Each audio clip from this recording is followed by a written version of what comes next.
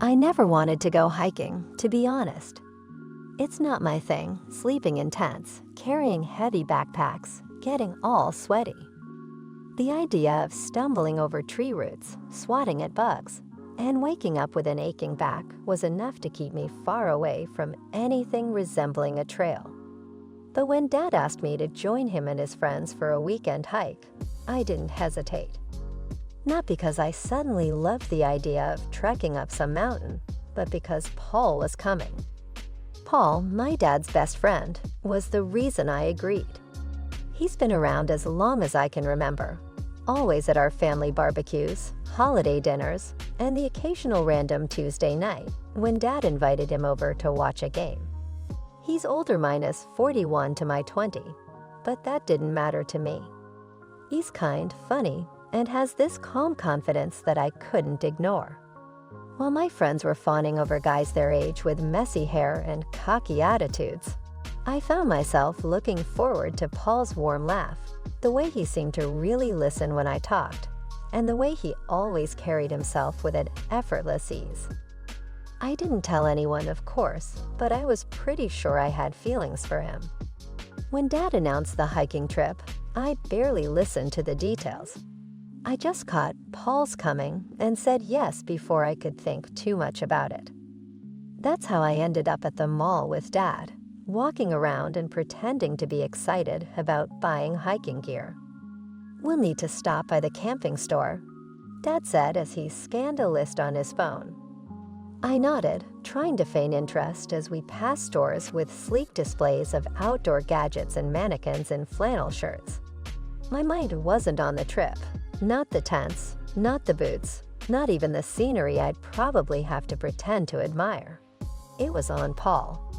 The camping store was bright and overly organized, with every item arranged as though it had been placed by a perfectionist. Inside, the air smelled like rubber and new fabric, a mixture of hiking boots and freshly unpacked tents. Dad started chatting with a store employee about waterproof gear, leaving me to wander among the aisles. I ran my fingers over the textures of sleeping bags and backpacks, but my thoughts kept drifting back to the upcoming weekend. I imagined the way Paul would look in the wilderness, out of his usual button-up shirts and jeans.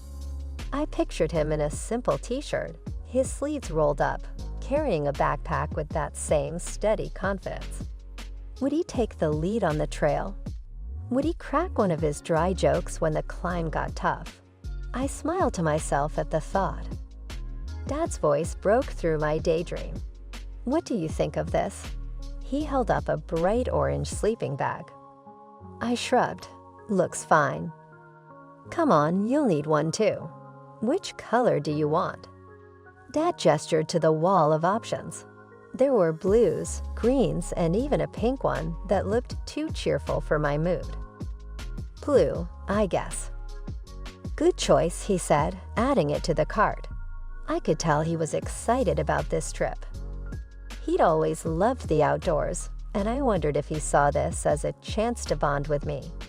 Maybe that should have made me feel guilty for not sharing his enthusiasm, but I was too distracted by my own hopes for the weekend. As we made our way through the store, I found myself lingering in certain sections, pretending to examine gear I didn't need. The truth was, I was stalling. My mind raced with questions. Would Paul notice me differently this time? Would he see me as more than just a kid tagging along on her dad's trip? I bit my lip, feeling a strange mix of excitement and nerves. By the time we reached the checkout counter, Dad had loaded the cart with everything we'd need. A sturdy tent, compact cookware, hiking boots, and enough freeze-dried meals to last a week. The cashier scanned each item, and I tried to focus on the beeping sound of the register rather than the butterflies in my stomach. The reality of the trip was sinking in, and with it came a whirlwind of emotions I wasn't sure how to handle. On the ride home, Dad talked about the trail, how it wound through dense forests and opened up to breathtaking views. I nodded along, but my thoughts were elsewhere. I stared out the window, watching the trees blur past, and imagined the possibilities. Maybe this trip would be the start of something, or maybe it would just be a weekend of unspoken feelings and stolen glances. That night, I lay awake in bed, staring at the ceiling. The hum of the air conditioner filled the room, but it did nothing to calm my racing thoughts. What if Paul didn't even notice me? What if he still saw me as a kid, just his best friend's daughter? I sighed and turned over, burying my face in the pillow. There was no way to know how things would unfold, but one thing was certain. This trip was going to change something, whether I was ready for it or not. The day of the trip, I woke up with a mix of nervous excitement and dread. The house was still quiet, the soft hum of the heater the only sound breaking the silence of the early morning. I stood in front of the mirror longer than usual, trying to convince myself I wasn't putting this much effort into my appearance for anyone in particular. The jeans I chose hugged my figure just right, and my sweater, a soft warm burgundy, was one I'd been told brought out the color in my eyes. It wasn't for Paul, I told myself, not entirely anyway. When Paul arrived, I was in the living room, pretending to scroll through my phone. I positioned myself casually against the arm of the sofa, my legs crossed and my face a mask of feigned indifference. Inside, though, my nerves were a tangled mess. I heard his footsteps on the porch, the low thud of his boots against the wooden planks, and my heart jumped. Then the door swung open, and there he was. His presence filled the room instantly, and for a moment, I forgot how to breathe. "Hey there," Paul said, his voice carrying the kind of warmth that always made me feel like I was the only person in the world he wanted to talk to. His smile was genuine, wide, and unguarded, the kind that could disarm anyone. He walked in with the easy confidence that came so naturally to him, and when he saw me, his expression softened. I managed a high, my voice barely above a whisper. Before I could think too much about it, he crossed the room and pulled me into a hug. Not one of those awkward, fleeting embraces, but a real hug, firm and steady, with his arms wrapping around me like they belonged there. I melted into him, my cheek brushing against the coarse fabric of his jacket, which smelled faintly of pine and a hint of musk that was distinctly Paul. "You ready for this?" he asked, his voice low and teasing, as he pulled back just enough to look at me. His hands lingered at my waist for a moment, and it sent a jolt through me, my pulse hammering in my ears. "As ready as I'll ever be," I replied, forcing a smile that I hoped masked just how unsteady I felt. Our eyes met, and for a split second, it was like the rest of the world faded away. His gaze was intense, searching, and I felt completely exposed under it. We leaned in slightly, almost instinctively. My breath caught in my throat, and the air between us seemed to crackle with something unspoken but undeniable. His face was so close that I could see the tiny flecks of green in his brown eyes. Time seemed to stand still, and I swore the whole house went silent. Just as I thought this moment might become something more, the sound of Dad's footsteps broke the spell. Paul stepped back with a practiced ease that made me question if I'd imagined the whole thing. "Morning, buddy," he said, greeting Dad with his usual easygoing charm. They started talking about the drive and the trail conditions, their conversation blending into the background noise of my racing thoughts.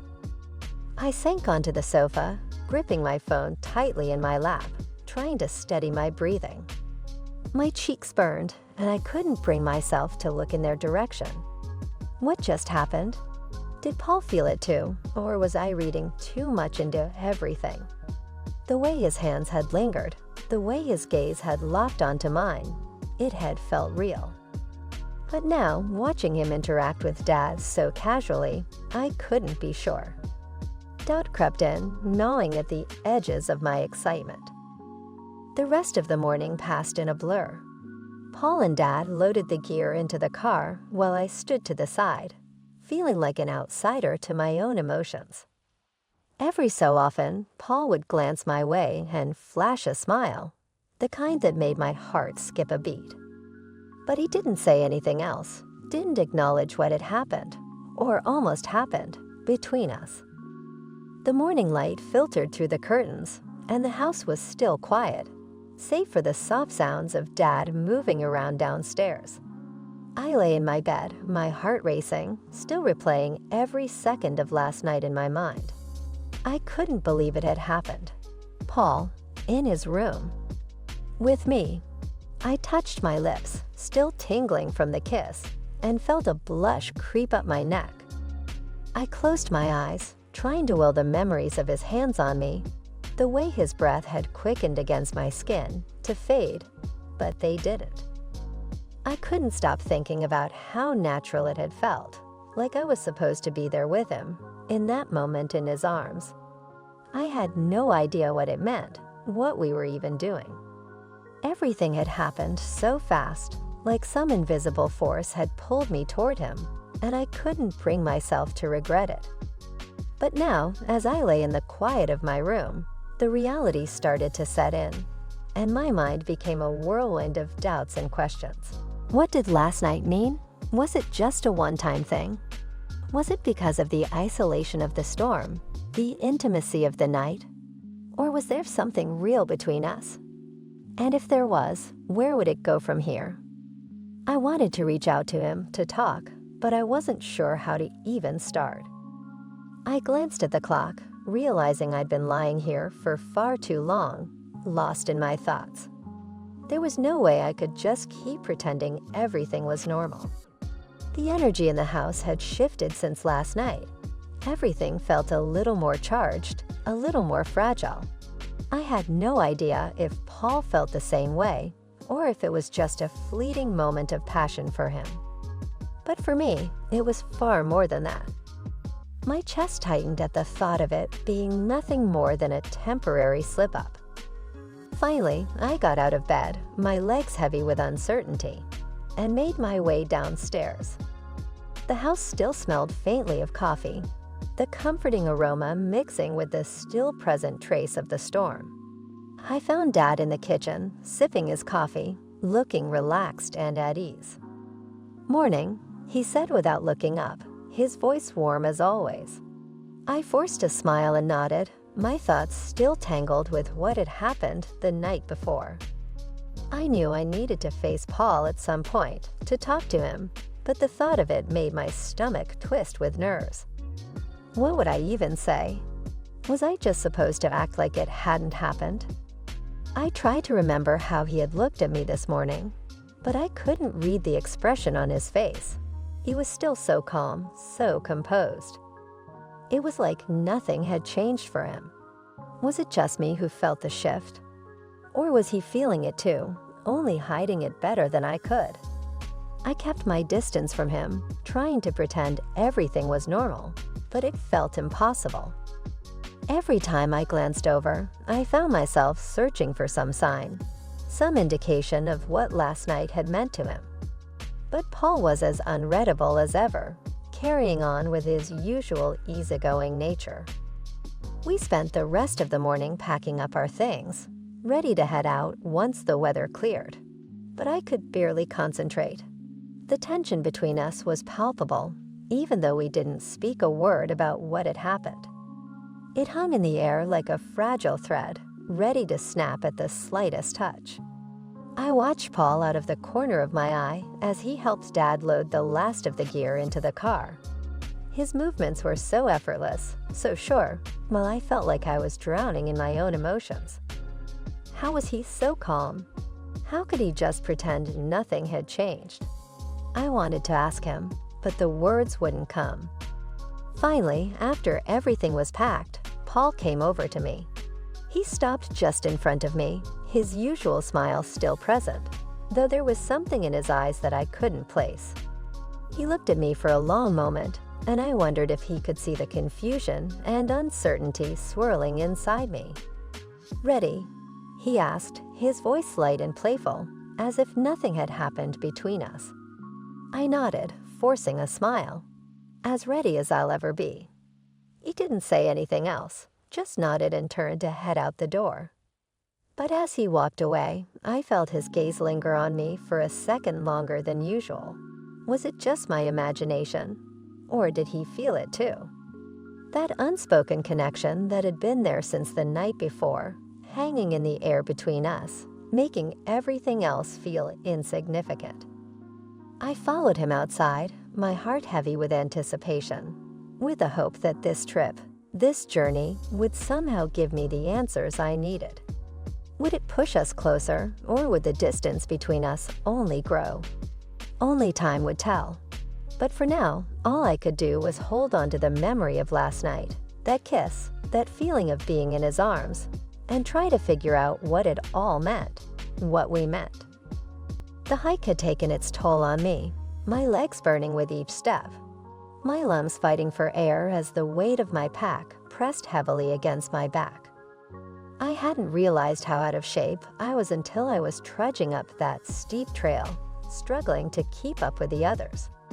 Paul, of course, was the picture of ease, his strides long and sure, his pack barely seeming to weigh him down. Every now and then, he glanced back, his eyes crinkling with that reassuring smile, making sure I wasn't falling too far behind. "You doing all right back there?" he asked once, his voice light but laced with concern. "Yeah," I huffed, trying to sound more confident than I felt, just a little out of breath. Paul slowed his pace, falling into step beside me. "Here, let me carry some of that." His hand brushed mine as he reached for my pack, but I shook my head. "I'm fine," I replied, my voice catching slightly as his touch lingered for just a moment longer than necessary.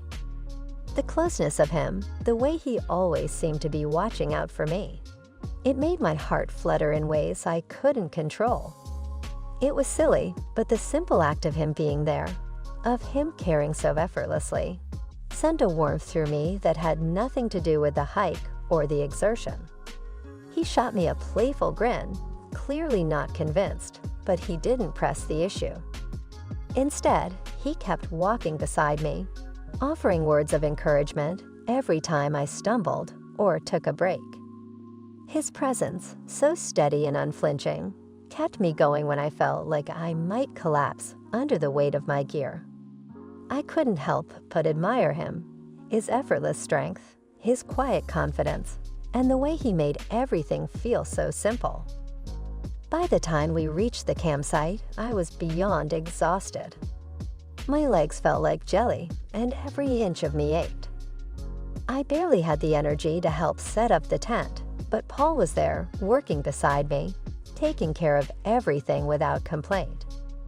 I watched him move around the site with an ease that made everything seem like second nature, and I realized just how much I had come to rely on him over the past day.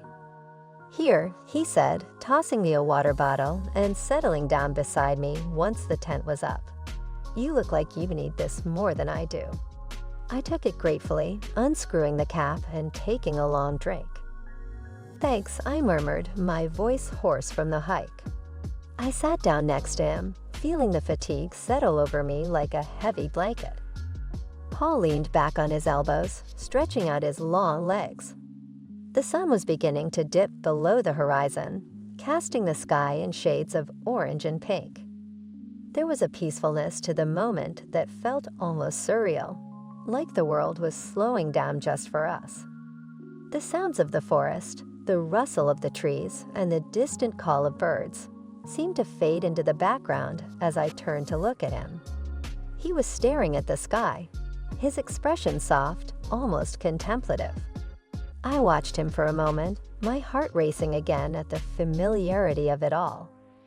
There was something about him, something about the way he seemed to exist so completely in the present, that made me feel both comforted and unsettled all at once. I wanted to reach out, to touch him, to find some way to bridge the space between us that seemed to grow larger every time I tried to understand what was happening between us. "That was a tough hike," I said finally, breaking the silence. My voice felt small, but I didn't know how else to start. Paul turned his head to look at me, his eyes bright with amusement. "Yeah, but you made it." You're stronger than you give yourself credit for." I laughed softly, shaking my head. I feel like I'm going to pass out any second now. He smiled, and for a moment, the world felt like it belonged to the two of us. "You're doing great," he said. His words were simple, but the sincerity behind them made my chest tighten. I wanted to say something about how his presence made everything feel easier, how every moment with him felt like it mattered. But the words stuck in my throat.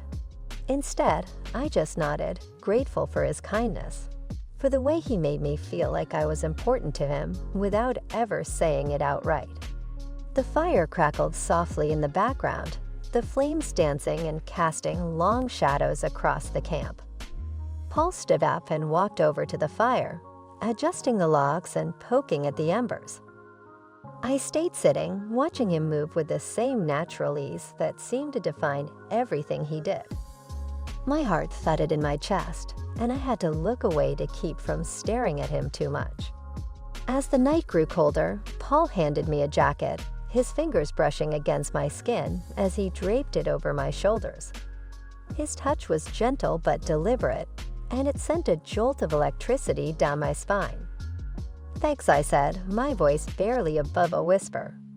He simply nodded, and then we both sat in silence, watching the fire burn low.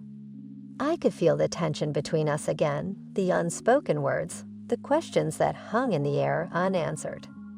But for now, I was content to just be here with him, sitting beside the fire, the world outside fading into the quiet of the night. I leaned back against the rock, closing my eyes for a moment, letting the warmth of the fire seep into my bones. For a fleeting second, I allowed myself to imagine a world where this quiet connection between us was enough. But deep down, I knew there were things left unsaid, things neither of us had yet acknowledged. The journey was far from over, and I wasn't sure if I was ready for the answers to the questions that kept growing in my mind. But for now, all I could do was sit here with Paul, let the night unfold, and wonder if I would ever be able to navigate the storm inside me the same way he had so easily navigated the trail. That night, I couldn't stop thinking about him. Every time I closed my eyes, I could still feel the warmth of his touch, the electric connection between us. I wanted to go to his tent, but the fear of being caught by someone else held me back. What if someone noticed? What would they think? The last thing I wanted was to make things complicated or awkward. But despite my hesitation, my thoughts kept drifting back to him. It was hard to ignore the pull, the undeniable attraction that seemed to grow stronger with every passing minute. Just when I had decided to stay in my tent, to just lay there and try to quiet my mind, I heard the familiar sound of the zipper. My heart skipped a beat. It was Paul. Without a word, he crawled inside, the familiar smell of his cologne mixing with the crisp night air. His eyes found mine in the dim light, and in that moment, all my doubts melted away. The uncertainty that had been gnawing at me seemed to disappear as he leaned in closer. Before I could say anything, he kissed me. It wasn't just any kiss. It was soft at first, tentative, like he was asking for permission. But as my lips parted in response, the kiss deepened, and it felt like the world had faded away. Everything around us, our friends, the campsite, the chilly night air, became irrelevant. There was just the two of us, tangled in each other's arms, letting everything else slip into the background. It wasn't rushed or frantic. It was slow, full of longing, as though we both knew we had all the time in the world, even though we didn't. We spent most of the night together, wrapped up in the warmth of our shared connection. Every word he whispered sent shivers down my spine.